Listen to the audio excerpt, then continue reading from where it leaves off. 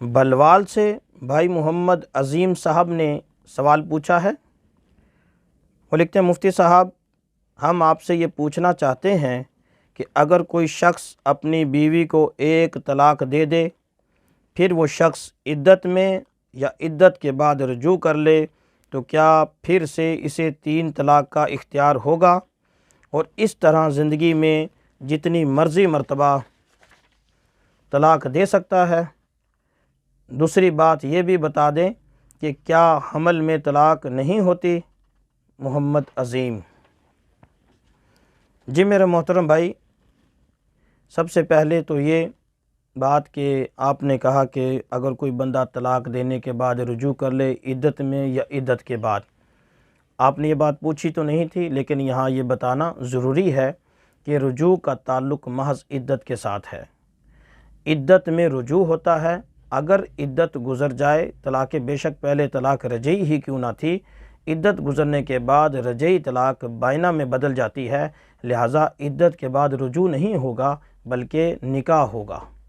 ایک تو اس بات کی آپ درستی کریں۔ میں پھر دوبارہ اس بات کو دہرا دیتا ہوں کہ اگر کسی نے طلاق رجعی دی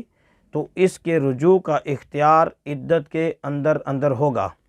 عدت میں تو یہ زبان سے رجوع کر سکتا ہے کہ میں نے اپنی طلاق سے رجوع کیا، یہ اس طرح کہہ سکتا ہے، یا بیوی کے ساتھ میاں بیوی کی طرح رہنے لگا تو بھی رجوع ہو جاتا ہے، البتہ زیادہ اچھا یہ تھا کہ یہ زبان سے رجوع کرتا۔ البتہ اگر عدت گزر گئی، عدت گزرنے کے بعد اب زبان سے رجوع نہیں کر سکتا، اب دوبارہ اگر بیوی کو رکھنا ہے، اسی عورت کو رکھنا ہے تو پھر از سر نو نکاح ہوگا، جس میں مہر بھی متعین کرنا پڑے گا، 2 گواہوں کی موجودگی بھی ہوگی۔ جس طرح پہلا نکاح ہوا تھا انہی لوازمات کے ساتھ یہ دوسرا نکاح ہوگا۔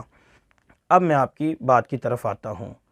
اگر کسی نے عدت کے اندر رجوع کر لیا، طلاق رجعی تھی، عدت میں رجوع کر لیا تو یہ رجوع صحیح ہو گیا، لیکن اس کے بعد اگر پہلے کبھی طلاق نہیں دی ہے تو پھر صرف ایک طلاق ہی دی ہے، جس طلاق کے بعد اب رجوع کیا ہے تو آئندہ 2 طلاقوں کا مالک ہوگا۔ پھر کبھی خدا نخواستہ ایسا ہو گیا، ایک طلاق دے دی اور پھر عدت میں رجوع کر لیا تو رجوع صحیح ہو جائے گا، یہ طلاقیں 2 ہو جائیں گی، پیچھے 1 طلاق رہ جائے گی۔ اگر پھر کبھی کسی نے 1 طلاق دے دی تو اس کے بعد یہ اور مغلظہ ہو جائے گی، اس کے لیے حلال نہیں رہے گی، الا یہ کہ کوئی ایسی صورت ہو کہ اس بندے کی عدت گزارے، پھر وہ اپنی مرضی سے کسی دوسرے شخص کے ساتھ نکاح کروائے، پھر اتفاق ایسا ہو کہ وہ بھی اس کو طلاق دے دے، تو ایسی صورت میں یہ پہلے شخص کے لیے حلال ہو جائے گی، اس کے علاوہ پہلے شخص کے لیے حلال نہیں ہوگی۔ اور دوسری بات آپ نے پوچھی تھی کہ حمل کے زمانہ میں طلاق ہو جاتی ہے، حمل میں طلاق ہو جاتی ہے یا نہیں؟ جی بالکل میرے محترم بھائی، حمل میں بھی طلاق ہو جاتی ہے، ایسی کوئی بات نہیں کہ عوام میں ایک غلط بات مشہور ہے کہ حمل ہو تو طلاق نہیں ہوتی، شریعت نے ایسی کوئی بات نہیں بتائی۔ البتہ فرق ایک جگہ آتا ہے کہ حاملہ عورت کی جو عدت ہے وہ وضع حمل ہوتی ہے کہ جب بچہ پیدا ہوگا تب عدت پوری ہوگی، اس کی حاملہ کی جو عدت ہے وہ مطلب دنوں کے ساتھ نہیں ہے، یہ بلکہ اس کی عدت تو وضع حمل ہوتی ہے۔ البتہ طلاق کے واقع ہونے یا نہ ہونے کے ساتھ حمل کا کوئی تعلق نہیں ہے۔